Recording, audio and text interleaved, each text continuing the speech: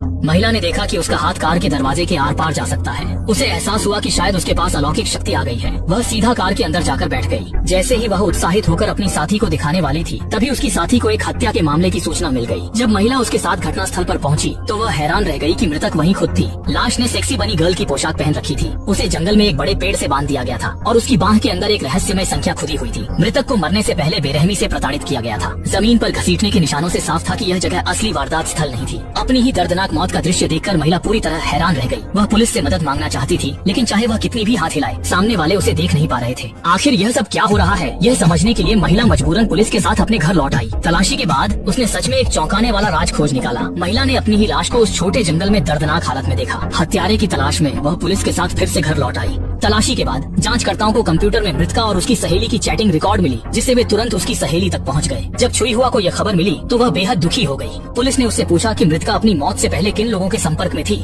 छुई हुआ ने बताया कि शियाओ मेई ने हाल ही में अपने बॉयफ्रेंड से ब्रेकअप किया। मन हल्का करने के लिए आउटडोर कैंपिंग चुना। यह समझते हुए कि वह आदमी हत्यारा, पुलिस उसके बारे में पहुंच गई। शियाओ मेई ने जब उस बेवफा आदमी को देखा तो वह गुस्से से तिलमिला उठी, लेकिन चाहे वह जितनी भी गालियां दे, उसका पूर्व प्रेमी कुछ भी सुन नहीं सकता था। जैसे ही पुलिस ने उसकी गतिविधियों के बारे में पूछताछ की, उस आदमी ने अपना मोबाइल निकाल लिया और बताया कि उस रात वह अपनी नई गर्लफ्रेंड के साथ डेट पर था। उसके पास अपराध करने का कोई मकसद नहीं था। पुलिस को कोई सुराग न मिलने पर शियाओ मेई ने खुद सच्चाई की जांच कर इंसाफ पाने का फैसला किया। वह पुलिस स्टेशन के प्रशासनिक कार्यालय पहुंची और अपनी मौत से पहले पहनी बनी गर्ल की पोशाक निकाली। वही चमड़े का कोड़ा देखकर शियाओ मेई को कुछ जाना पहचाना सा एहसास हुआ।